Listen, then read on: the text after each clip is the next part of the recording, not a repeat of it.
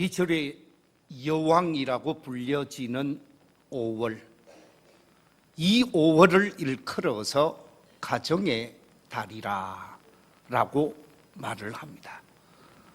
5월은 어린이 주일이 있고 어버이 주일이 있고 또한 부부의 날이 있기도 합니다.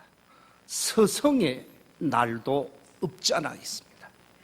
가정 중심의 어린이와 부부와 어른들을 생각하는 날들이 이 5월에 있지요. 그래서 이 5월을 일컬어서 가정의 달이라고 말을 하고 있습니다. 가정의 달 첫 번째 주일을 우리는 해마다 어린이 주일로 지키고 있습니다. 이 어린이 주일을 맞이하면서 저는 오늘 말씀의 제목을 어린 감람나무 같은 자녀라 하는 말씀으로 말씀의 은혜를 나누고자 합니다. 저를 한번 따라해 주시면 감사하겠습니다. 어린 감람나무 같은 자녀. 한 번 더 하겠습니다. 어린 감람나무 같은 자녀. 우리 교회 성도님들의 가정 속에서 자라나고 있는 어린이들과 철버리들이 정말 감람나무 같은 자녀들이 되시기를 주의 이름으로 축원합니다. 오늘 본문 속에 보면 가정의 달에 딱 맞는 말씀입니다. 오늘 본문 1절은 누구를 향하여 주신 말씀입니까? 본문 1절을 보면 온 가족에 관한 말씀입니다. 믿음의 길을 걸어가고 있는 온 가족들, 온 가족이 여호와 하나님을 경외하고 여호와 하나님의 말씀을 따라 살아가게 되어지면 아름다운 삶을 살 것이고 복된 가정을 이룰 것을 1절에서 말하고 있습니다. 2절에서는 가정의 남편에 관한 말씀, 가장에 관한 말씀이 기록되어져 있습니다. 가정을 책임지고 있는 남편, 아버지가 수고하고 애쓰고 힘쓰고 노력한 결과 그 노력한 대로 거두게 되어지고 형통한 삶을 살게 되어질 것을 2절이 말씀하고 있습니다. 그리고 3절 전반부는 아내에 관한 말씀입니다. 전반부에 보면 아내에 관한 말씀으로서 네 집 안방에 있는 네 아내는 뭐 같다고요? 결실한 포도송이 같다고, 포도나무 같다고 말씀하고 있습니다. 많은 자녀들과 더불어 자녀를 양육하는 어머니의 모습이 나타나고 있습니다. 그리고 3절 하반절에 보면 부부 사이에 이 땅에 태어난 자녀에 관한 말씀이 주어져 있는데 자녀에 관한 말씀이 어떻게 기록되어져 있는가? 우리 함께 3절 하반절 말씀 같이 한번 읽어보겠습니다. 시작. 네 식탁에 둘러앉은 자식들은 어린 감람나무 같으리로다. 자녀가 뭐 같다고요? 어린 감람나무, 감람나무 같을 것이다 라고 말하고 있습니다. 여기서 여러분에게 감람나무를 두 그루 소개하겠습니다. 오른쪽에 있는 감람나무, 왼쪽에 있는 감람나무를 여러분이 보시면 알겠는데 하나는 이스라엘에 있는 나무고 또 하나는 스페인에 있는 나무입니다. 그만큼 이스라엘이나 스페인에서는 이 감람유, 여러분이 알고 있는 올리브유가 유명한 나라이지요. 오른쪽에 있는 감람나무는 1500년이 된 나무고요. 여러분이 보시는 이 오른쪽입니까? 예, 오른쪽에 있는 이 나무는 몇 년 된 거라고요? 세계에서 제일 오래된 나무라고 그래요. 2000년이 된 나무입니다. 예수님 시대에 계셨던 나무라고 말이에요.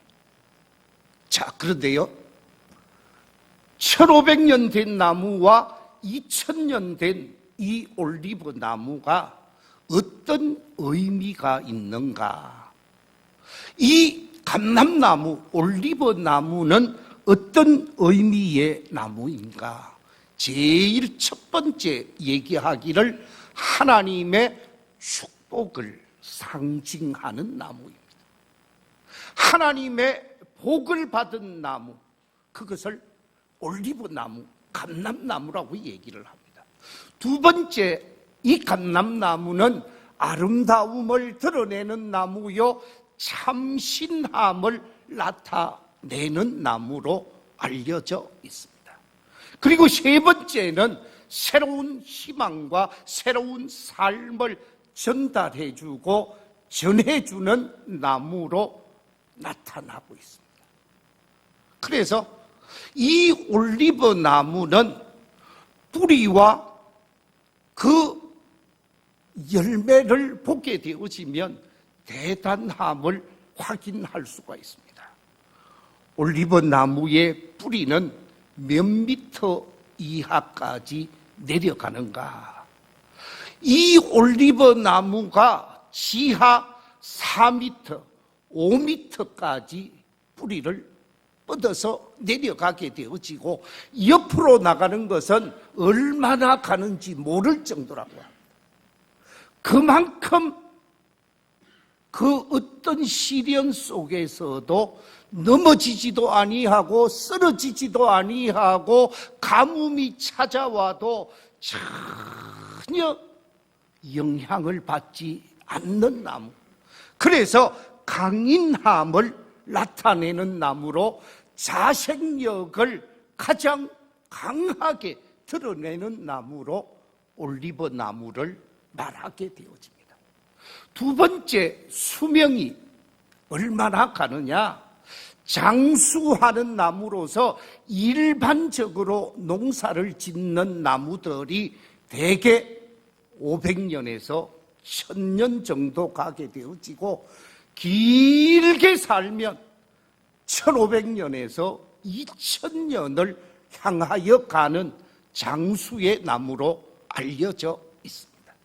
세 번째 특징 중에 하나는 열매가 유용하고 값비싼 기름을 생산하는 나무라는 것이지요.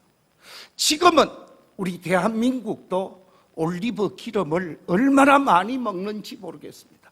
세계 속에서도 많이 수입하는 국가 중에 하나가 우리 대한민국이라고 그러더라고요.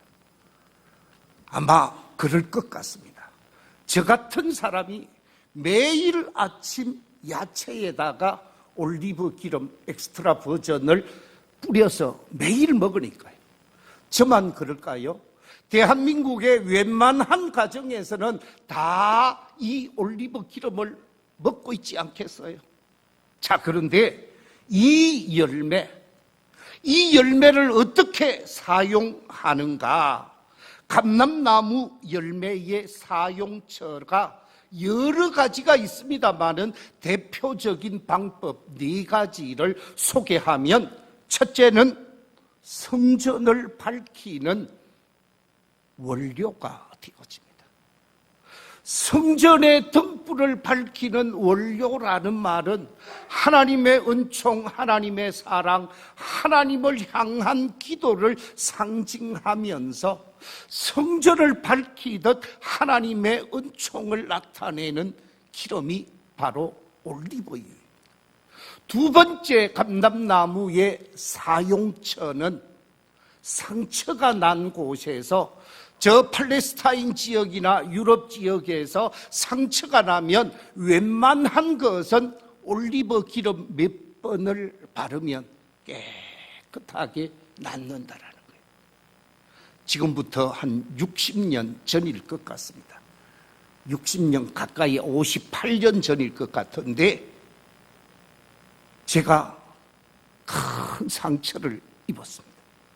아마 여러분들은 제가 큰 상처가 있는지 없는지 잘 모르지만 저하고 같이 사는 사람은 알고 있습니다. 제가 어린 시절 6살 때로 기억이 되어집니다. 6살 때 시골에서 아버지가 풀을 많이 배다 놓았으니까 그 풀을 썰어서 연물을 만들고 그것을 소에게 주게 되어지는데, 저보다 나이 2살 많은 누나하고 아버지 흉내를 냈습니다. 어머니는 밟고 아버지는 꼴을 넣는 그 모습을 보고 저하고 같이 놀던 누나는 밟고 저는 이 풀을 작두 속에 넣는데 자르라고 하는 풀은 안 자르고 제 팔을 잘라버렸어요. 그러니까 쫙 가버렸어요. 이 상처나고 작두에 잘린 어린 꼬마 5살, 6살 그때 어디로 가야 되는 거예요? 지금 같으면 2말도 안 하고 빨리 외과로 갔겠지요. 그런데 우리 엄마가 얼마나 지혜로운지 된장 갖다가 이렇게 발라가지고 툴툴툴툴 말아 넣은 거예요. 나았을까요? 안 나았을까요? 나았으니까 이렇게 있는 거죠. 그런데 손이 자라면서 상처도, 이 흉터도 자라더라고요. 우리나라는 된장 갖다가 붙였지만 팔레스타인에서는 다 올리브 기름으로 드레싱을 하고 그 올리브 기름을 발라서 쌈에 놓으면 깨끗이 나았다라는 거예요.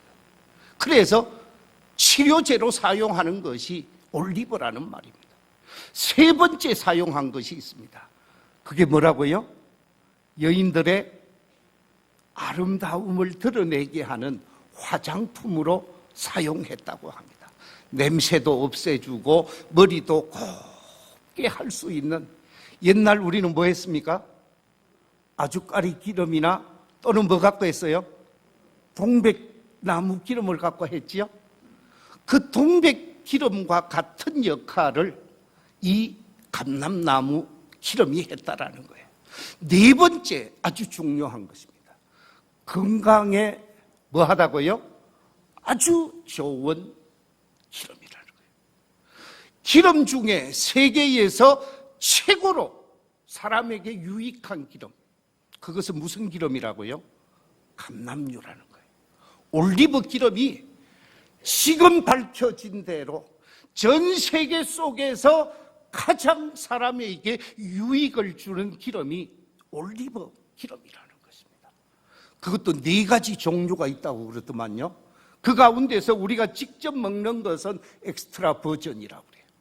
자, 이처럼 감람나무를 통해서 사람에게 유익을 주고 사람에게 선한 영향력을 끼치는 것이 올리브 나무요, 올리브 기름이라는 것입니다. 그래서 이 올리브 나무와 같은 사람, 감람나무와 같은 자녀라고 말하면 생명력이 강한 사람이라는 뜻이요, 장수하는 사람이라는 뜻이요, 아름다운 열매를 많이 맺을 사람이라는 뜻이요, 더 나아가서 세상 속에 없어서 안 될 아주 귀중한 사람이라는 뜻이 올리브 나무 같은 사람, 감람나무 같은 사람이라는 의미라는 것입니다.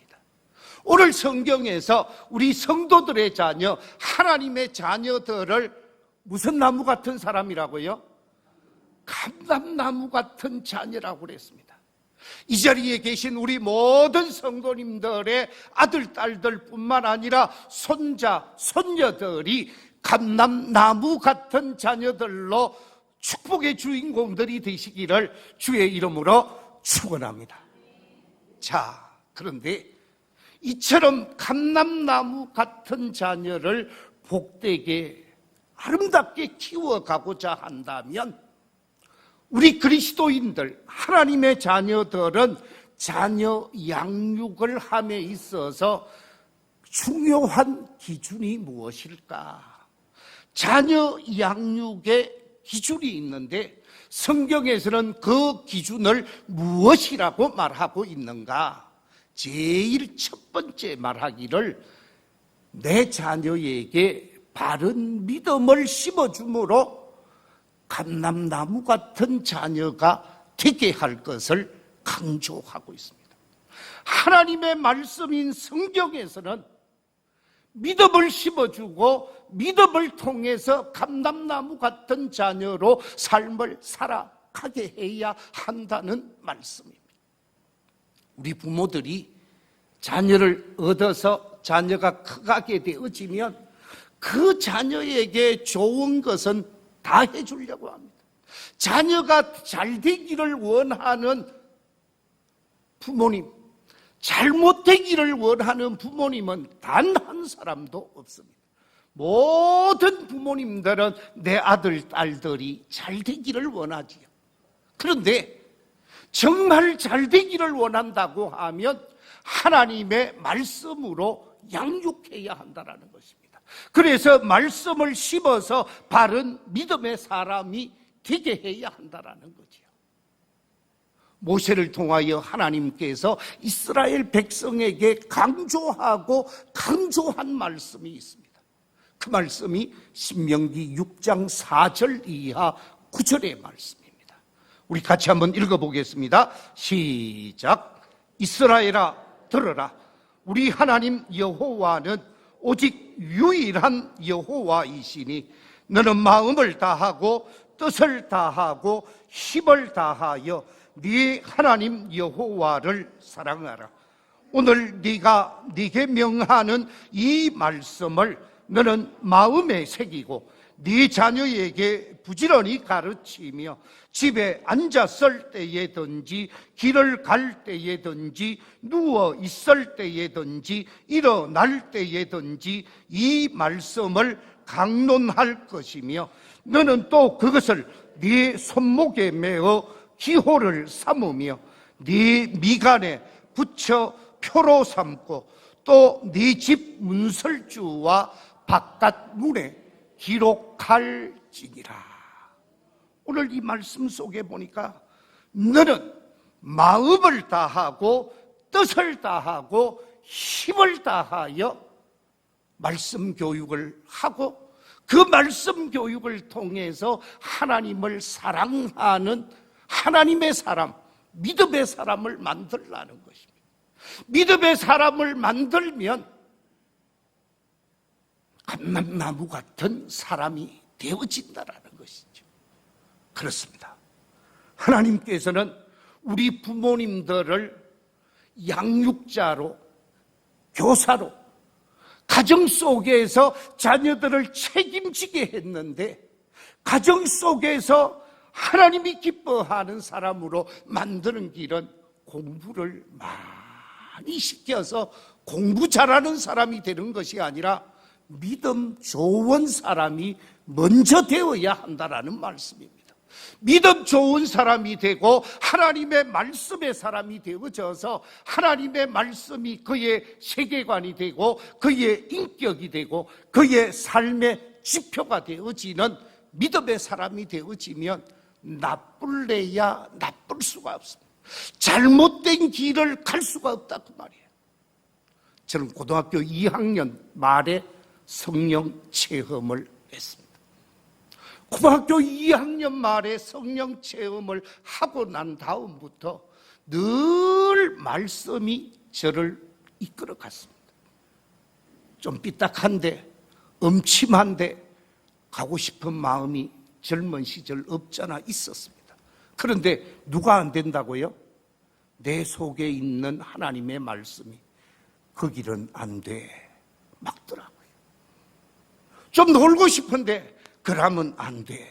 그러면서 늘 하나님의 말씀이 저를 움직여 가더라고요.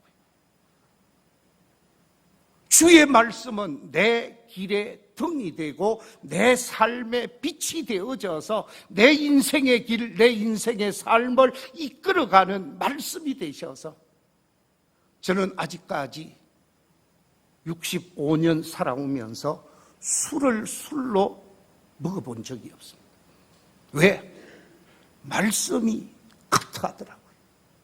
말씀이 아니라고 말을 해서 의뢰받은 자로서 그 가지 말라는 길을 늘 막아주셨기에 오늘에 이렇게 되어졌습니다.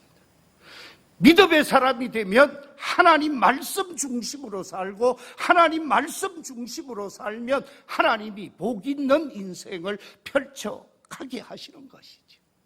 우리 모두가 우리 모든 성도들의 가정 속에서 이런 말씀의 자녀로 믿음의 자녀로 양육해 가게 되시기를 주의 이름으로 축원합니다. 디모데후서 3장 14절 이하 16절에서는 이렇게 말씀하고 있습니다. 그러나 너는 배우고 확실한 일에 거하라. 너는 네가 누구에게서 배운 것을 알며 또 어려서부터 성경을 알았나니 성경은 능히 너로 하여금 그리스도 예수 안에 있는 믿음으로 말미암아 구원에 이르는 지혜가 있게 하느니라. 모든 성경은 하나님의 감동으로 된 것으로 교훈과 책망과 바르게 함과 의로 교육하기에 유익하니 이는 하나님의 사람으로 온전하게 하며 모든 선한 일을 행할 능력을 갖추게 하려 함이라. 하나님의 말씀은 우리에게 구원에 이르는 지혜, 믿음의 사람이 되게 하시고 그 믿음은 구원을 약속한다라는 거예요. 뿐만 아니라 하나님의 말씀은 하나님의 사람, 온전한 하나님의 사람을 만들어 간다라는 것이죠. 더 나아가서 선한 일을 행할 능력을 소유하게 한다라는 것입니다.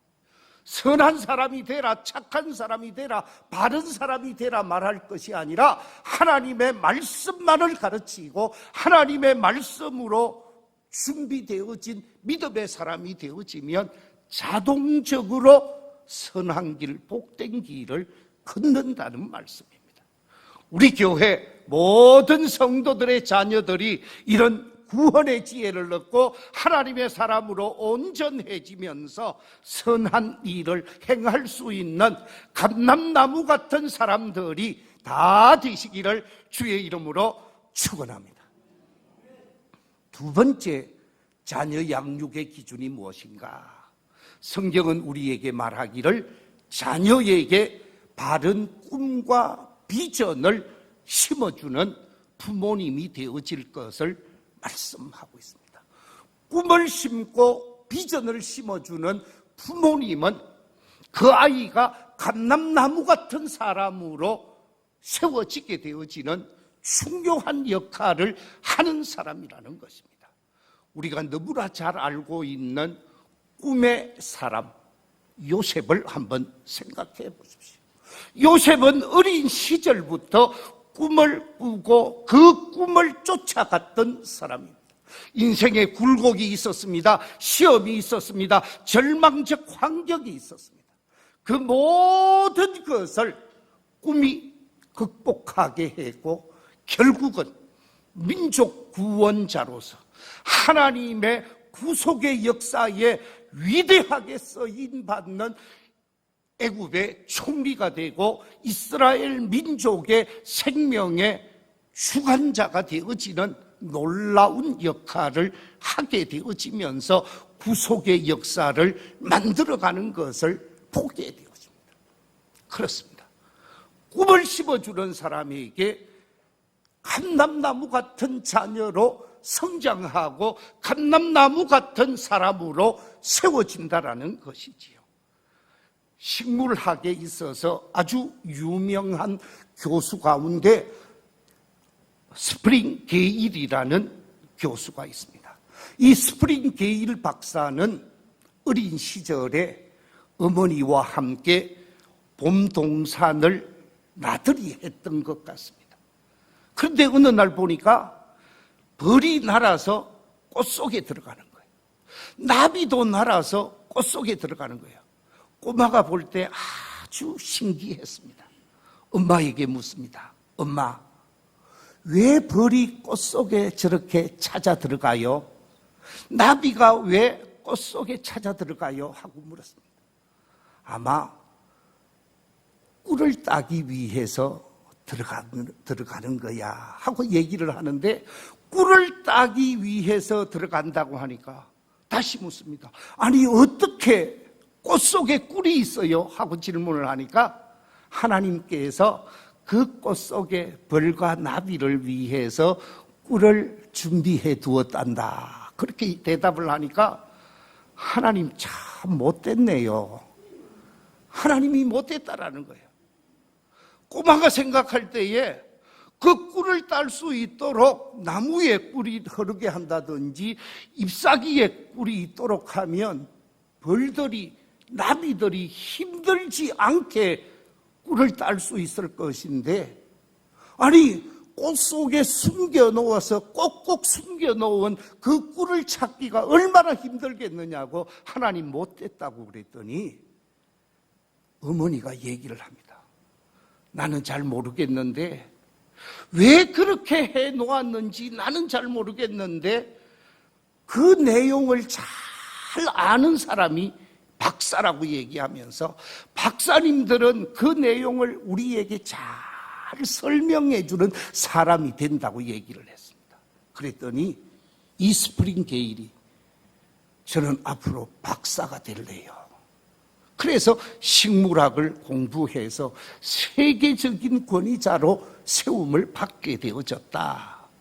만약에 여러분 그때 엄마가 엄마 벌이 왜 꽃 속에 들어가요? 하고 물을 때 쓸데없는 질문을 하고 있네.